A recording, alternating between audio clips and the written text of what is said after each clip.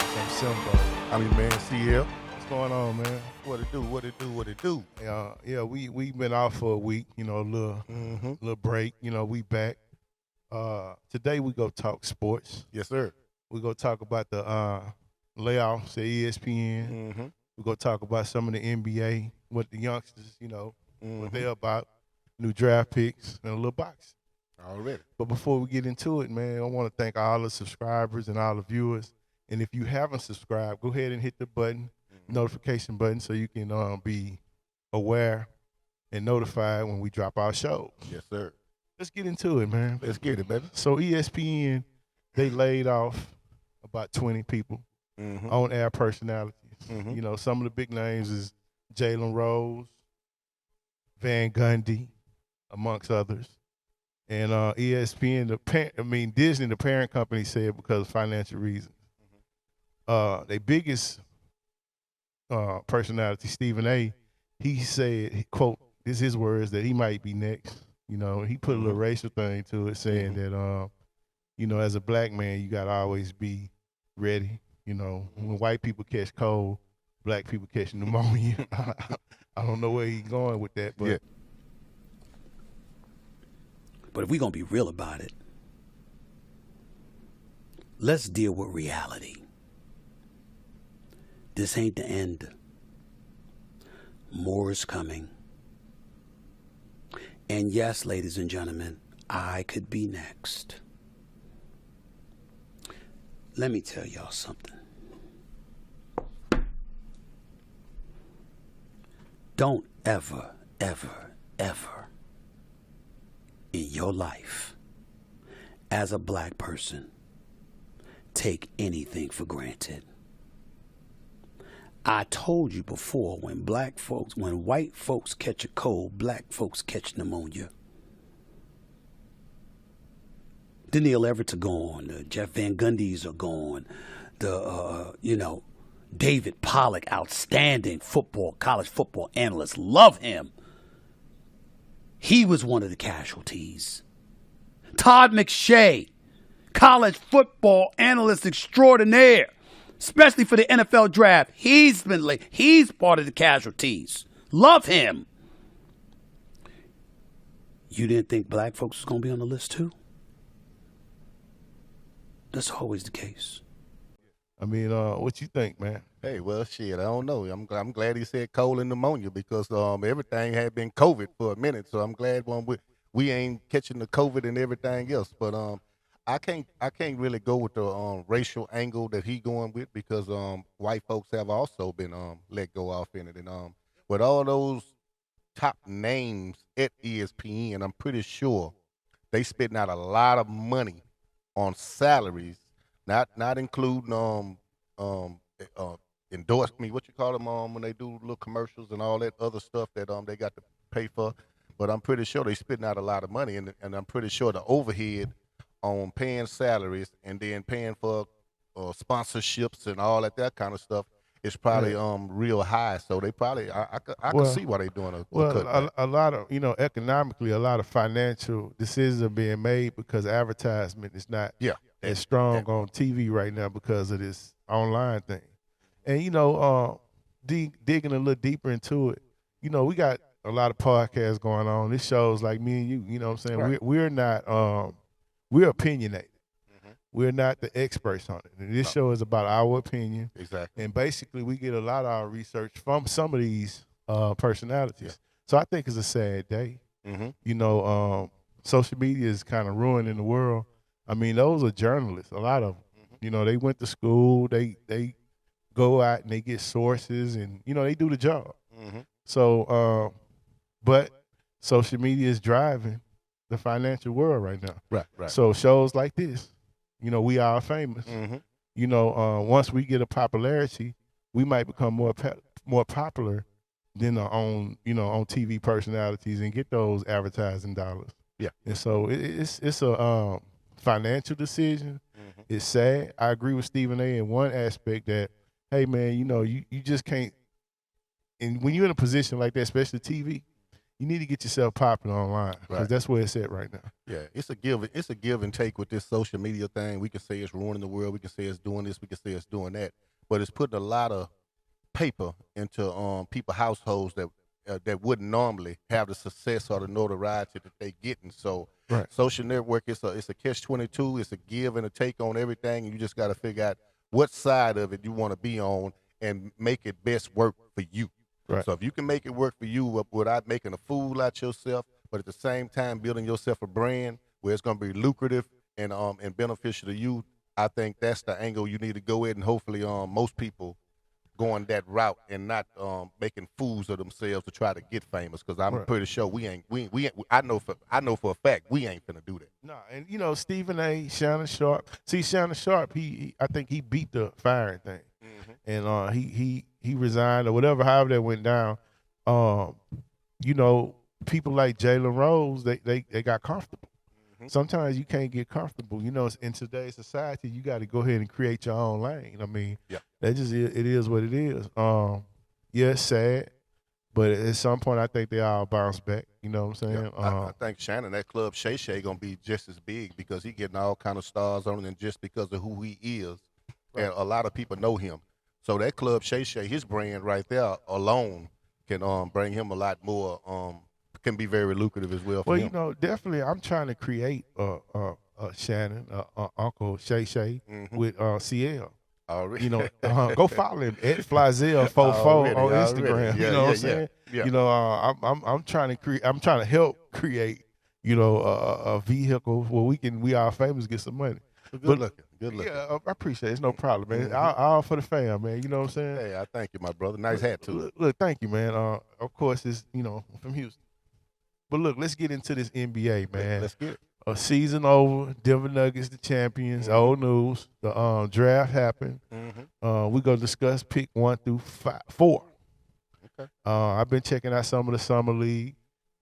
They had Victor Wembanyama. I guess that's how you say his name. I hope I'm correct. I'm going to let you run with that. And they played against Brandon Miller, the second pick from with Charlotte Hornets. Alabama, out of that Alabama. Yeah, a Alabama. little controversy and still come up high. So glad you made it through that. Condolences to the family that on the other end. But let's go. He was the highest draft pick out of Alabama since Antonio McDyess.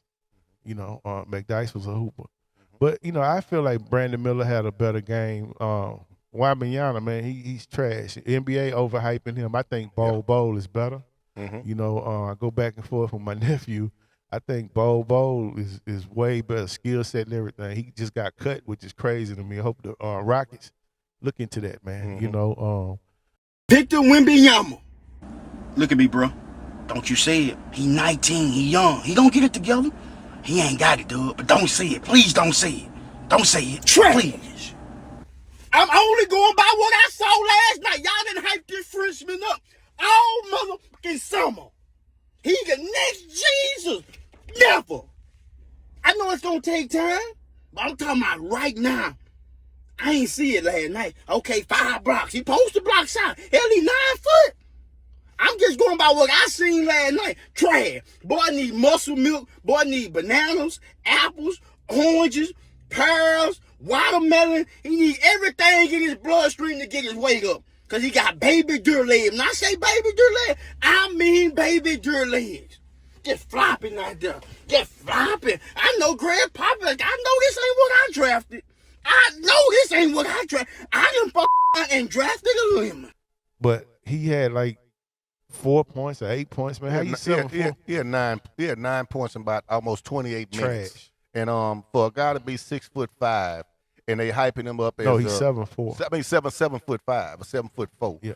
And you ain't in double digits with blocks. You ain't in double digits with rebounds. You're not in double digits with points. And you the number 1 overall pick. I don't see how that happened. If that's the case, they should have went on and just got all the trouble Brandon Miller was in and still came up number 2. He probably should have been a number 1 overall pick. Nah, we gonna get into that. Then you had Scoot Henry. I mean, that's your opinion. Yeah. And, but I mean, for him to go number 2, noted, though, duly noted. It's others that's more worthy of being number 1. Scoot should have been number 1. But that's how that went. So anyway, let's get into Scoot versus Amen Thomas. Amen, whatever it is, for the Houston Rockets. Yes. and Scoot played for Portland. I think A-Man is the best out of these 4. I mean, he's like a young, better Scottie Pippen.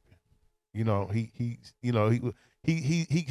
definitely a point guard, but he's long. He's 6'7", 6'8", and he has a very high basketball IQ. What I saw in the summer league game, we're gonna see. I think he's gonna start for the Rockets.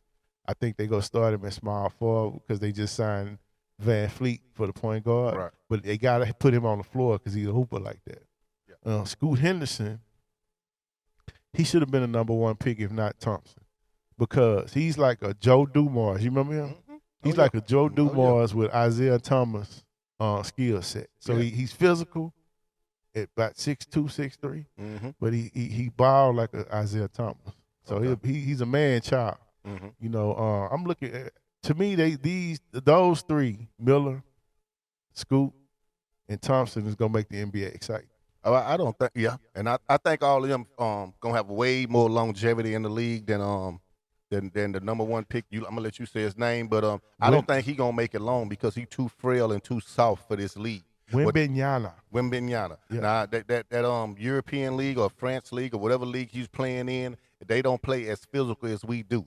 We got guys over here can just bump into you on accident and hurt you. And just what I'm seeing in the summer league with these guys just playing, it's not the intensity's there, but it's not gonna be there when you get into the season, especially when you get into the playoffs. If you complain about these little bumps and bruises and people knocking you on your ass already while you doing this here against guys who just coming in, I can just imagine when you get in there with these grown men who fully developed, and you gonna be injured real soon. So I really don't even see him being in the league too long because I think he's gonna be very injury prone. Yeah, they hyping him like he's the next big thing, but he's not in the Tim Duncan. Tim Duncan had weight on him, you know. Yeah.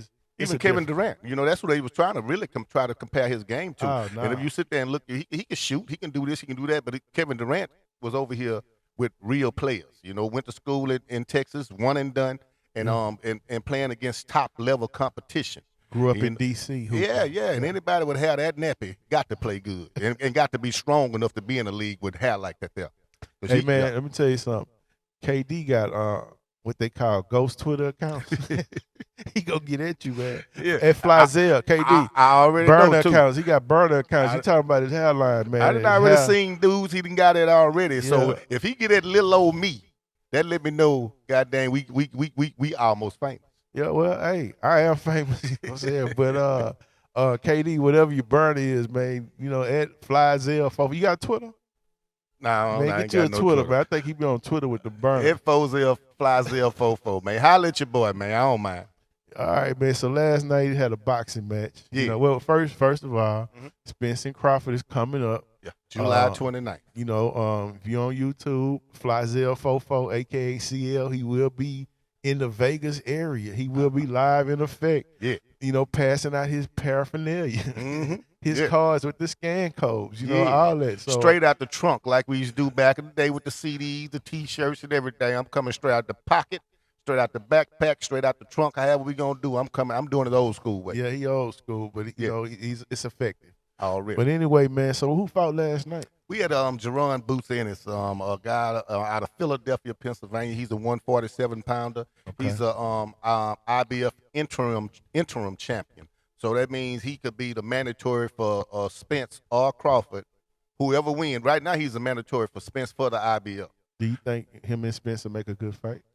I think Spence and Crawford would make a great fight. Even him and Ugas, the one Spence beat, even Keith Thurman, the top guys that's in the top 10, he need to be fighting because he showed last night that he is a threat in the welterweight division. I can see him moving all the way up to 168 because he's a big kid for 147. I don't know how he made the weight. Even on the weigh-in, he weighed in at 145. Okay. 2 pounds below the 147 weight division, and he stood up the whole fight. He don't sit down. He go in the corner. He stand up like George Foreman used to do back in the day. So that lets you know how great a shape he in. And he ended up stopping Roman Villa, a real tough fighter, I think from Venezuela. Okay. Real tough fighter. It was a showdown, man. And I think I don't think he would get the Spence or Crawford fight. I think whomever win, if they do a rematch, I think both of them probably gonna move up to 154. But I could definitely see him been the next pound for pound king at 147, and then moving up to 154 and probably doing the same thing. Hold on. How much do Shakur weigh? Shakur too little, man. Shakur was 135. What's Tank? 135. Okay. Devin Haney, 135, who probably finna be moving up to 142 because he big for that 135 division. Okay, so they little guys. They little bitty guys compared to them guys. They won't be able to do nothing. They won't last. They won't, even though they professionals. It's levels for a reason. Okay. And weight divisions for a reason, and they better stay in little boy stage. Don't even go up there mess with them 147 pounds. Well, look, this is the black Max Kellerman right here. You know what I'm saying? I just the bald headed black Max Kellerman. But Max worked for ESPN. I think he got fired too. Yeah, he got laid off. Okay, but I don't want to be like not Max. laid I off, want to keep a job. But what I'm saying is Max was very knowledgeable about boxing. Man. Yeah, but that's why I don't think he gonna be out no work long. He's very knowledgeable. I bump heads with him too, because sometimes he can be a little biased.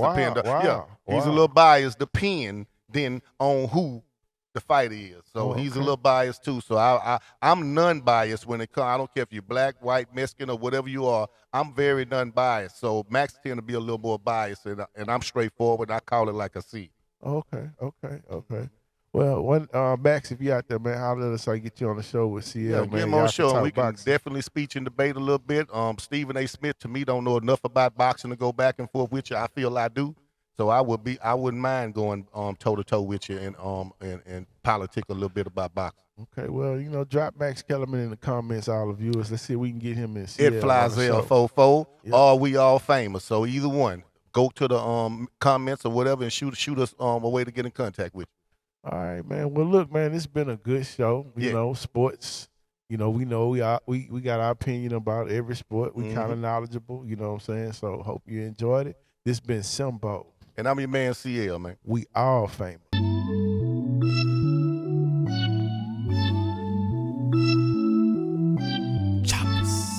Acer. No chaser. Yeah.